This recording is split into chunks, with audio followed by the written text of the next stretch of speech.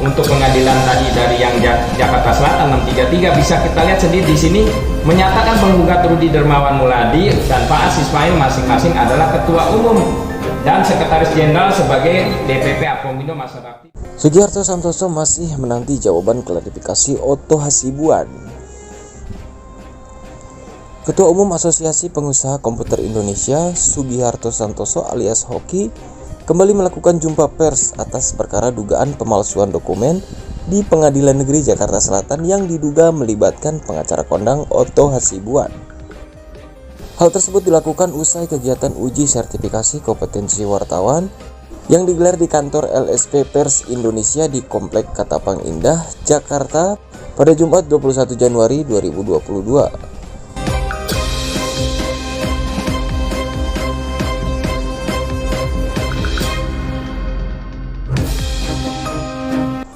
Hoki mengungkapkan bahwa dirinya masih penasaran atas dugaan pemalsuan dokumen yang melibatkan Otto Hasibuan tersebut, apakah benar turut terlibat atau justru memang menjadi korban. Pasalnya, pada dokumen yang ditunjukkan oleh Hoki terlihat jelas bahwa Otto Hasibuan dan timnya turut menandatangani surat gugatan di Pengadilan Negeri Jakarta Selatan dan juga menandatangani surat eksepsi dan jawaban di Pengadilan Negeri Jakarta Pusat tentang hasil Munaslup Apkomindo tahun 2015 yang isinya berbeda-beda dan diduga palsu tersebut.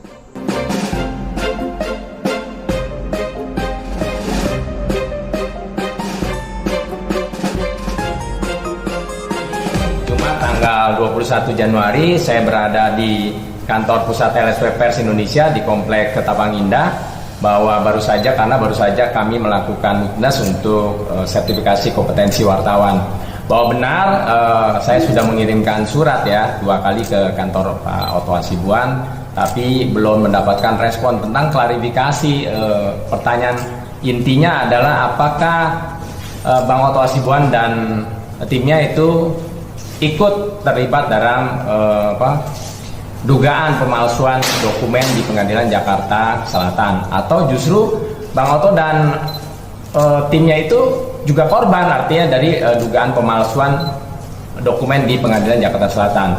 Namun demikian, seperti yang telah kami viralkan pada saat saya datang ke kantor Bang Otto Hasibuan itu tidak dijawab ya, artinya tidak dijawab. Tapi juga yang menariknya adalah dengan menggunakan dokumen palsu tersebut bisa menang gitu ya di Pengadilan Jakarta Selatan. Kemudian pada saat banding pun saya melakukan upaya banding di Pengadilan Tinggi Jakarta juga bisa menang. Kemudian yang luar biasa, dokumen yang diduga palsu tersebut sedang ada upaya hukum kasasi. Ini menjadi catatan penting yang saya berharap publik menyoroti. Pertanyaan saya kan nggak pernah dijawab ya.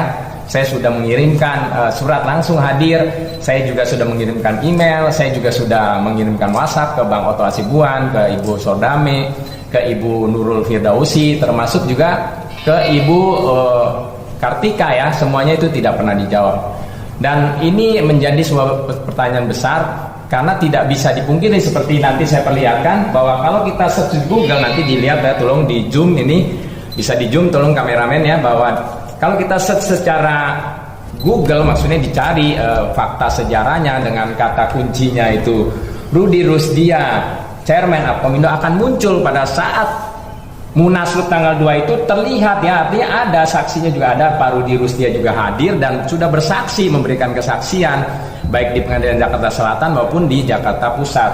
Yang terpilih itu jelas namanya ada ya, ketua umumnya itu Rudi Rusdia, sekjennya itu Rudi Demuladi, dan bendara itu Soeharto Juwono. Namun demikian pada saat dibuat akta, kita bisa melihat sini aktanya itu di pengadilan itu bukti T9 atau 76, akta nomor 55, nama-namanya sudah berubah, khususnya yang berubah adalah Kunarto Mintarno sebagai bendahara. Padahal kan kita lihat bukti jejak digitalnya itu Soeharto.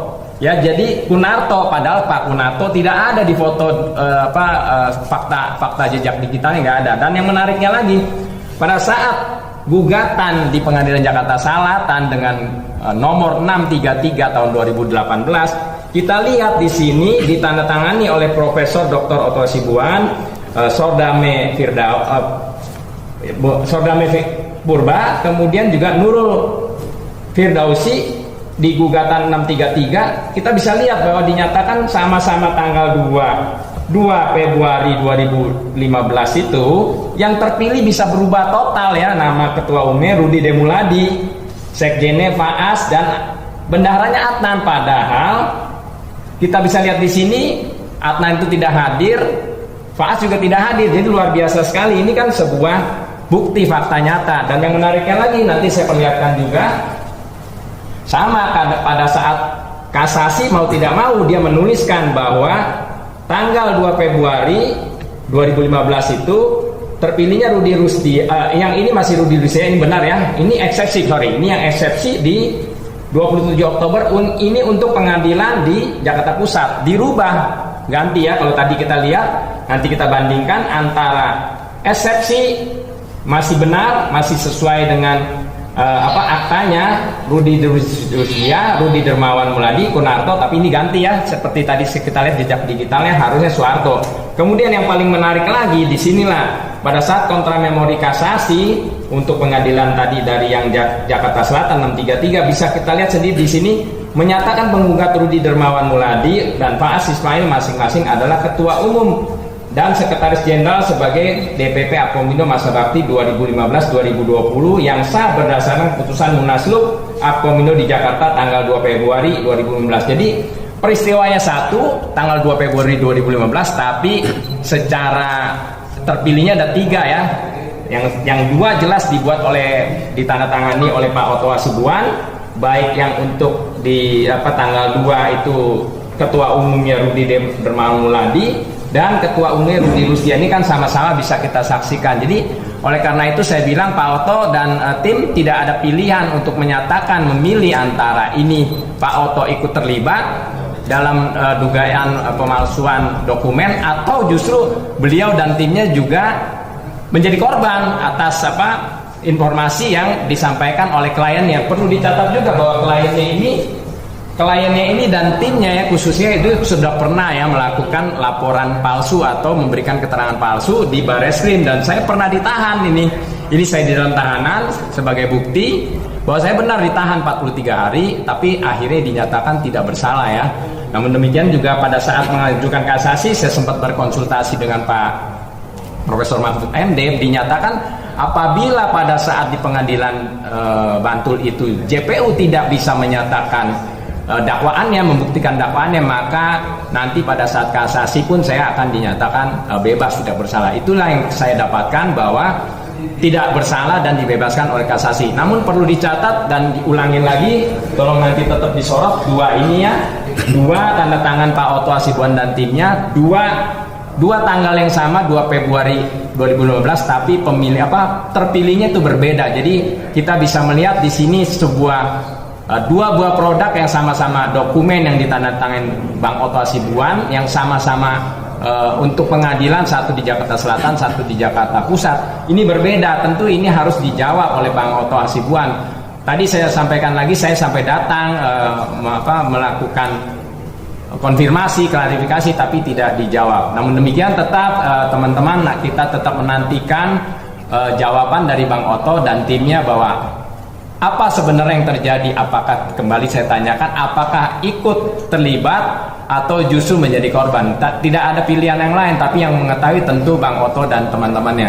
Kita nantikan jawaban dari Bang Oto Hasibuan dan timnya untuk memberikan klarifikasi, karena pasti akan saya kejar terus, termasuk kalau di search Google saat ini, kalau di search bener-bener ya, baik di YouTube maupun Google dengan kata kunci Sugiharto Santoso tantang Oto Hasibuan, itu pasti muncul dan sudah viral. Itu bukan saya menantang, arti menantang untuk mengungkap peristiwa dugaan pemalsuan dokumen untuk pengadilan Jakarta Selatan.